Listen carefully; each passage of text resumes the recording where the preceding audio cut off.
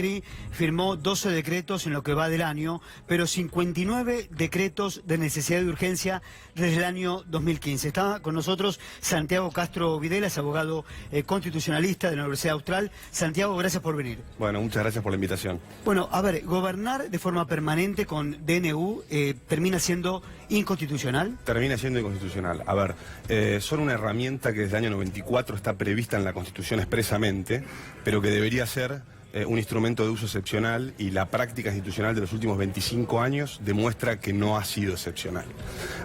En las últimas 3 presidencias, 237 DNUs dictados por Néstor Kirchner, 81 DNUs dictados por Cristina Fernández de Kirchner en 2 mandatos, 59 hasta ahora dictados por el presidente Mauricio Macri. Y con la Universidad Austral, varios profesores hicimos una investigación de los últimos 12 años, 13 años de práctica institucional, y estos son los números que nos arrojan. Se la utiliza para modificar la ley de presupuesto, la ley de ministerios. La semana pasada se erigió en rango nuevamente de ministerio a la entonces... Yo recuerdo un DNU de Macri, te vas a acordar, Lu, Mariano, el DNU que firmó Macri cuando el Congreso le dijo basta el tarifazo.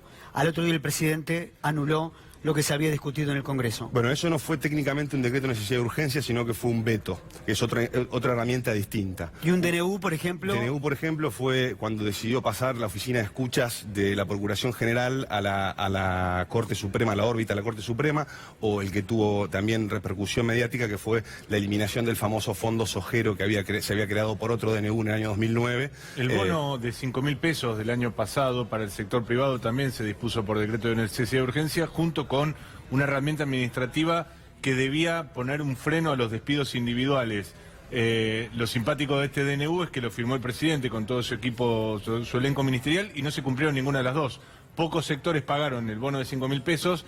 DNU, lo sabrá decir el profesor, tiene rango de ley prácticamente, y pocas empresas pagaron el bono de 5.000 pesos y nadie tuvo que cumplir el paso administrativo previo a producir los despidos, porque básicamente en el gobierno había desinterés en crear esa instancia administrativa. Me quedé pensando en lo que decías vos, la diferencia de veto con DNU. ¿La puedes explicar? Como bien dice Mariano, es una herramienta que tiene el rango de ley, le permite al Ejecutivo dictar, hacer uso de facultades que de ordinario son propias del Congreso, regular derechos, ¿no?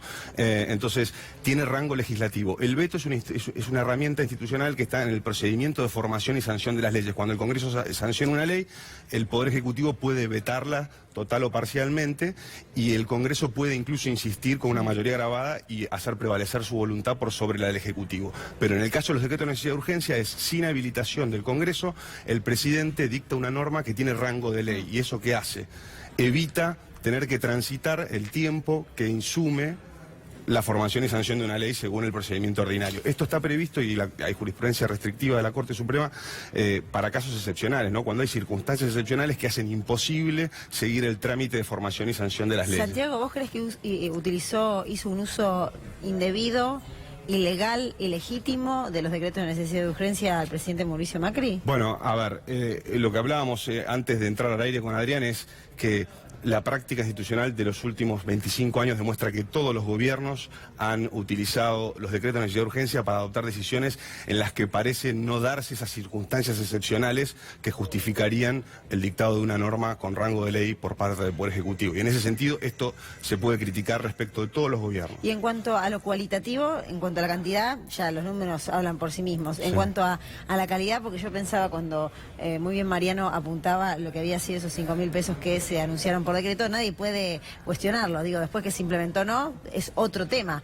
Pero en cuanto a la utilización, parecía que era algo para un bien comunitario. Sí. ¿Cuál es el análisis cualitativo de estos decretos que... ¿Cualitativo desde qué punto de vista? Si están más relacionados con cuestiones administrativas, con cuestiones como lo que vos decías de pasar la oficina, con cuestiones de más económicas. Están vinculadas con todas las cuestiones, y eso es una de las grandes críticas, ¿no? Hay unas limitaciones expresamente establecidas en la Constitución respecto a las cuales no puede incurrir un DNU, en materia penal, en materia tributaria, en materia electoral y en materia de régimen de partidos políticos. Esas áreas están prohibidas para que incursione el Ejecutivo por DNU. Entonces, esas son las materias que en general no se ven.